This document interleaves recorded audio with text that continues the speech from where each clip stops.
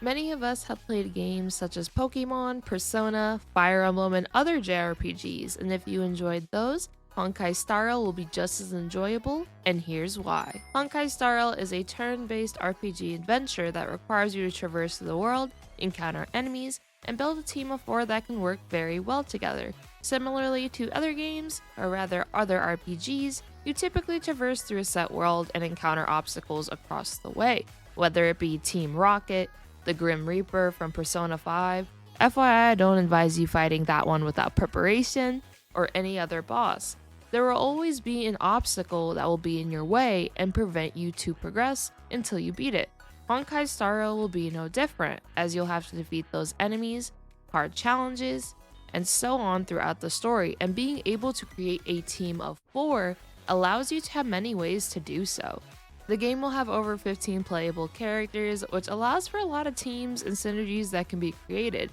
and Honkai Star Rail is able to take elements from more complex turn-based games and make them simplified. By this, I mean some games have, the block button, the skills, the ultimates, the normals, the items, and much more, like way more. However, in Honkai Star Rail, it seems like primarily we will just have, our normal attacks, our skills, and our ultimate, which allows for a more simplistic playstyle overall. Similarly to Genshin, you must fill up your ultimate before you can use it, so as a result, you can't just spam your ultimate nonstop, which also allows for, strategic and synergistic elements in the game, while it also remains simplistic in the aspect of how to play the game. Additionally, if you are enjoying this video so far and want to see more content from me, make sure to hit the subscribe button and let's carry on. As for teams, there will be multiple ways you can set up a team. You can go for a DPS and a few healers, or you can go for probably 2 DPSs, a buffer, a healer, and so on,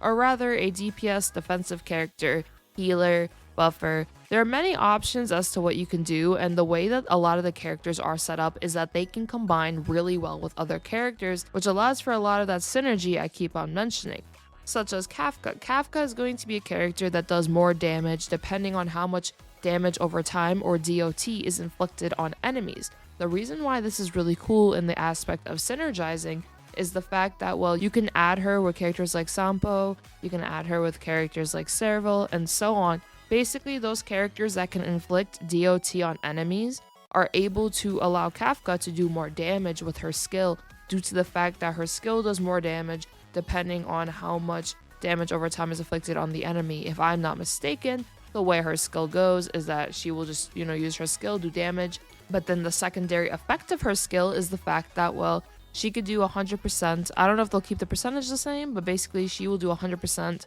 of how much DOT is inflicted on the enemy. So let's say, for instance, let's just use an easy number, it's 1,000 DOT, like they're taking the ticks of 1,000 damage at the end of each turn. Basically, her attack will do its damage, or her skill rather will do its damage, and then additionally to that, it will also do that 1,000 damage as well, due to the fact that it is based on how much DOT is inflicted on enemies, which allows Kafka overall to do more damage as a DPS. So while the game does have those simplistic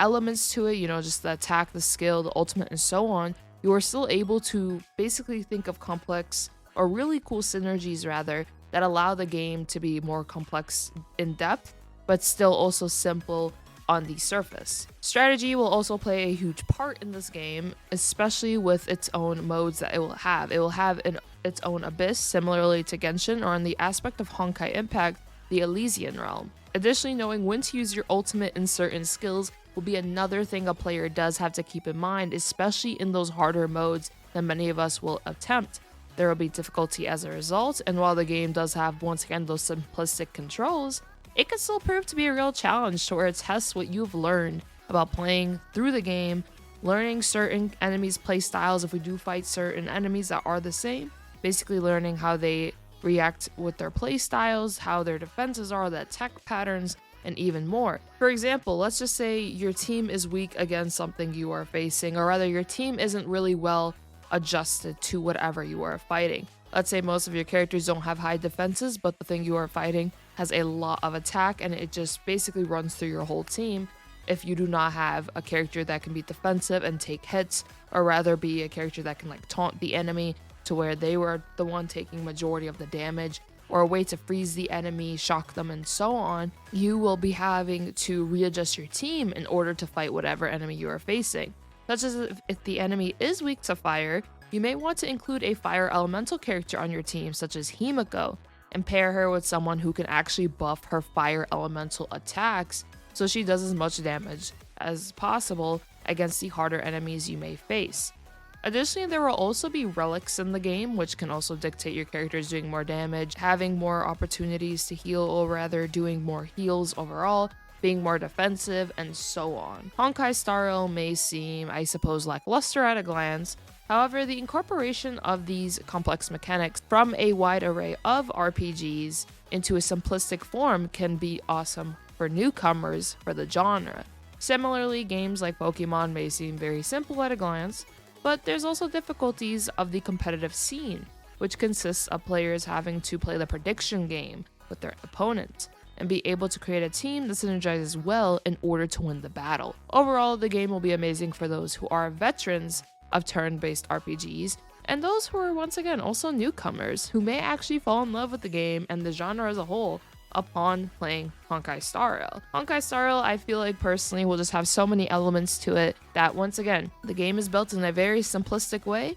but the simplistic way is very nice due to the fact that if you are a newcomer to the JRPG or / RPG genre, you will be able to quickly adapt to the game, and I've noticed that the game has a lot of elements that are similar to Genshin Impact, such as the relic system is similar to the artifact system. The way that characters have constellations, they're not called constellations in Honkai Star Rail, however they are basically constellations, works the same way. The characters also have a bit of a talent system where basically you can upgrade skills and attacks. It has a huge array of a path you can take depending on which skills you want to upgrade, which attacks you want to upgrade, and so on. And I feel like overall the game will have a lot of those features that will make it very, very fun. And if you are new to the JRPG scene or the RPG scene, whatever you want to call it, I feel like this game will be amazing for you to jump in. If you are not sure about turn-based, I just feel like this game is a great way for people to get into turn-based overall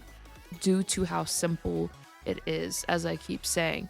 Ultimately, I feel like everyone who is partially interested, maybe fully interested, or just on the fence, should just give Star Rail a shot, especially since, it is a free game, which doesn't require you to spend money unless you want to, but due to the fact that it's a free game and a lot of RPGs nowadays, especially the ones that release on Nintendo Switch, Xbox, PlayStation, even PC, whatever it may be, majority of them are not free. So I feel like if you ever wanted to get into a turn-based game and you weren't able to purchase them, maybe they're too expensive, maybe you just weren't sure if you'd like it and you didn't have an option to return it, then I feel like this game can introduce you to it in a very simple way and also a very appealing way, as a lot of the characters seem very, very appealing. I love their aesthetics, they look really good, and I feel like the immersive story will also help, as a huge thing for RPGs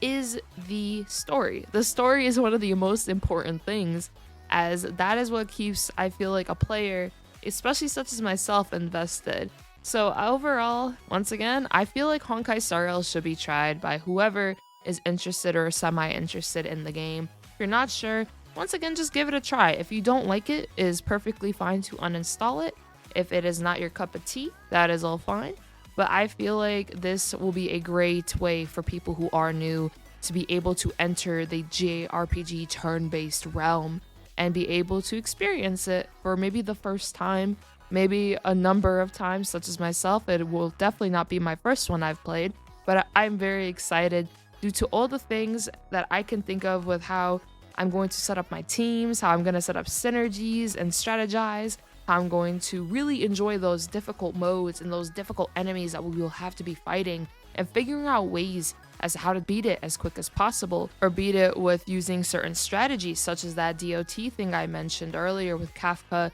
Serval, and so on. And I feel like the game, once again, will be very, very fun, and I feel like people should definitely give it a shot. And this is why I personally think turn-based is actually awesome for Star Rail, as it's a way for people who are new to try it for the first time, be able to try it for free, see how they like it. You never know, you might actually end up loving the game, and if you do, that's awesome. Overall though, hope you all have a nice one.